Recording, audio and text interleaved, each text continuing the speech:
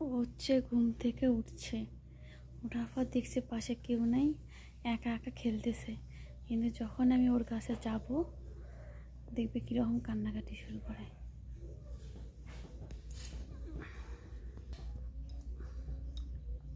এই মা, মা গো, এই মা,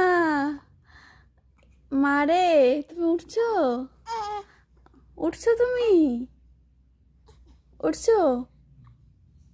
হ্যাঁ, তুমি উঠছো?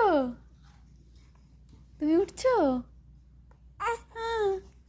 নিতে হবে এখন।